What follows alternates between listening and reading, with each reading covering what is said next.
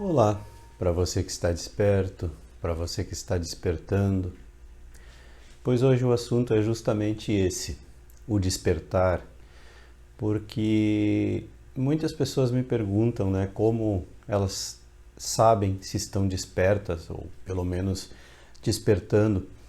E claro que para o ego, né, e até existe uma certa ilusão de que o despertar traga algo fenomênico, digamos assim, né? Algum fenômeno, luzes ou estalos, né? Ou visões, coisas coisas que chamem a atenção, né? E quem já passou por isso sabe que não é, né? O despertar é muito sutil.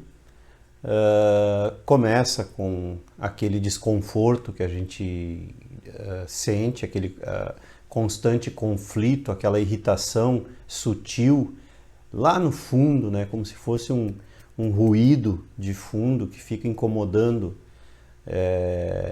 a maior parte do tempo e a gente não sabe do que é. E muitas vezes, e na maioria das vezes, a gente projeta isso no ambiente, né?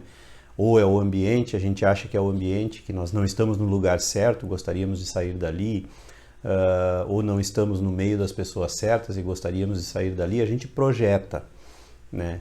E então esse é um processo de despertamento, né? Seria o processo despertando, que é o desconforto. A sensação de não pertencimento, de não ter nenhum grupo, nenhuma tribo que é onde a gente se encaixe, né?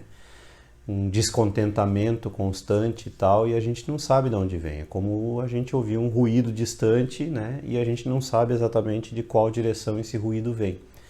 E ele se torna incômodo com o tempo, né? Com a sua persistência, com a sua constância, ele acaba se tornando incômodo. E muitas pessoas ficam assim para o resto da vida, né? Elas ficam nesse estado despertando de descontentamento e projetando o seu descontentamento para o mundo exterior, né? Mas não conseguem encontrar harmonia e muito menos paz a vida inteira.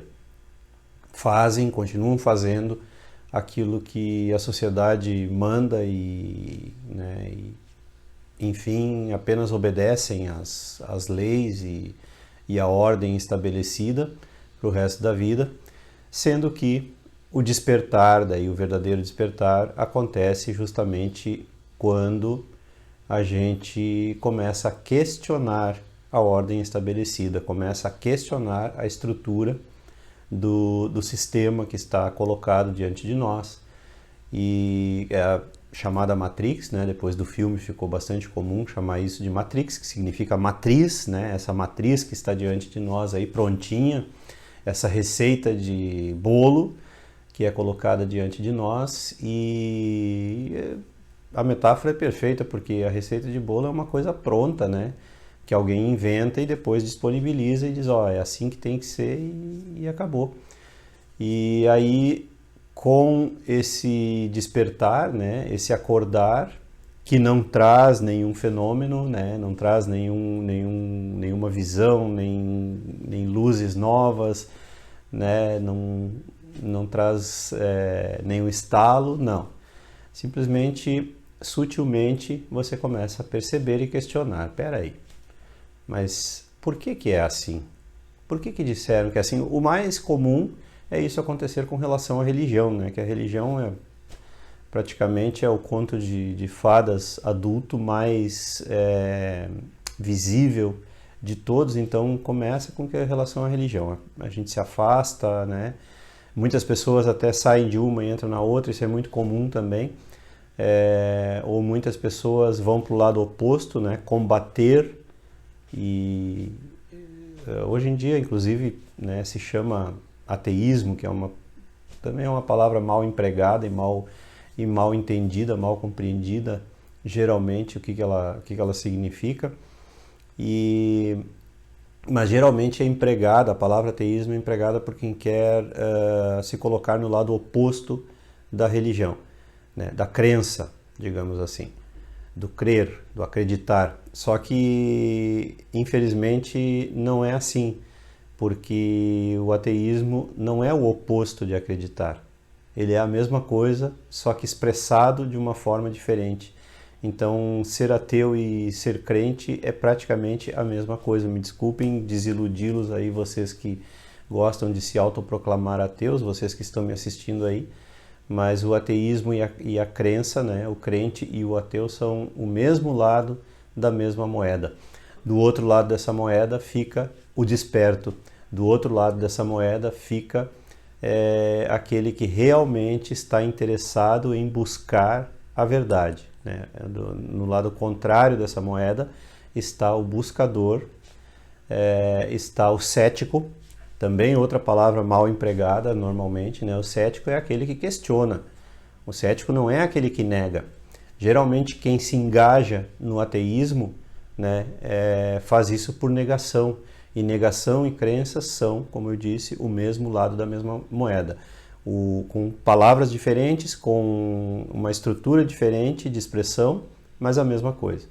E no outro lado dessa moeda, então, está o questionamento, né? Está o questionamento saudável, né? Está o ceticismo, que é isso, que é questionar. Então, o despertar traz isso. O que é a sua cultura? Até que ponto eu estou, né, traz esse questionamento, até que ponto eu estou influenciado e sou influenciado pela cultura onde eu vivo, até que ponto eu sou influenciado pelas tradições, né, e podemos falar das mais visíveis, que são as comemorações, né, as datas comemorativas, Natal, Páscoa, né, essas tradições que chegam até nós, a gente não sabe nem de onde vieram, nem por que fazemos, né? Eu acho engraçado quando as pessoas dizem compre ovos de Páscoa do artesão e não compre da grande indústria. Cara, não compra ovo de Páscoa de ninguém, né? O desperto já não está mais nem aí para essas coisas, né? E isso acontece muito, né? Nós nos acharmos despertos, mas estarmos ainda apenas como bolinhas de ping-pong em cima da mesa, né?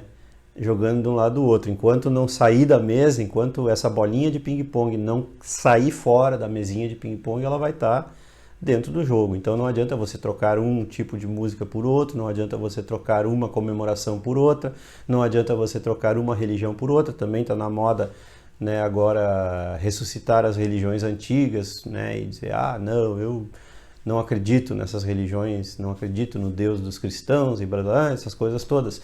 Mas aí ressuscita os deuses antigos e não, meus deuses são os antigos, é a mesma coisa, né? Então isso não é estar desperto. Estar desperto é quando você dá o passo para trás, para fora. Sócrates, já na Grécia Antiga, 2500 anos atrás, buscava ensinar os jovens, né, a sair fora, a questionar o poder, a questionar tudo aquilo que estava diante deles. E por isso mesmo ele foi morto. Por isso mesmo ele foi assassinado. Não importa que foi bonitinho lá, que foi democrático, né? O assassinato dele foi democrático. Ele foi convidado ou condenado, no caso, a se suicidar. Quer dizer, isso não muda nada. Outro personagem, né, que foi trucidado por causa dessa mesma postura de ensinar que tudo o que estava sendo feito e visto, né, e percebido em relação à cultura e às tradições e ao jeito das pessoas perceberem, né, o mundo e que questionava isso diretamente, ensinava as pessoas a questionar, foi Jesus. Não estou falando do mito religioso que foi transformado né, foi divinizado. Esse é um mito, esse que praticamente todo mundo conhece. Mas estou falando do líder filosófico, do líder espiritual, né, do mestre, do rabi, né, o amoroso e divino rabi, que ensinou vários caminhos, né, como até mesmo amai-vos uns aos outros e tal, vários caminhos para a libertação a partir do despertamento, né? a partir do estar acordado e ver o que está acontecendo. É isso despertar, é abrir os olhos e ver, opa, aonde eu estou é muito sutil. Então as coisas mais visíveis, as tradições mais visíveis, como eu disse, Natal e Páscoa, Carnaval, essas coisas, são mais fáceis de perceber. Mas o problema são as mais sutis, isso vai sutilizando, essa influência ela acontece no dia a dia, inclusive na nossa alimentação, né? Essa influência toda, a gente nem se pergunta, uma coisa grosseira, você nem se pergunta por que dizem que você tem que comer 3 vezes ao dia, café da manhã, almoço e janta, né? Todas essas coisas. E aí você começa a se questionar, e você começa a perceber que tudo aquilo, o próprio sistema de ensino, por que ele é assim como ele é? Por que o sistema de ensino só busca nos tornar bons profissionais? Porque é isso que o mundo é, ser bom profissional, é isso que a vida é, melhor dizendo, ser bom profissional. Você já se questionou isso? Se está certo isso? O sistema financeiro, está certo isso?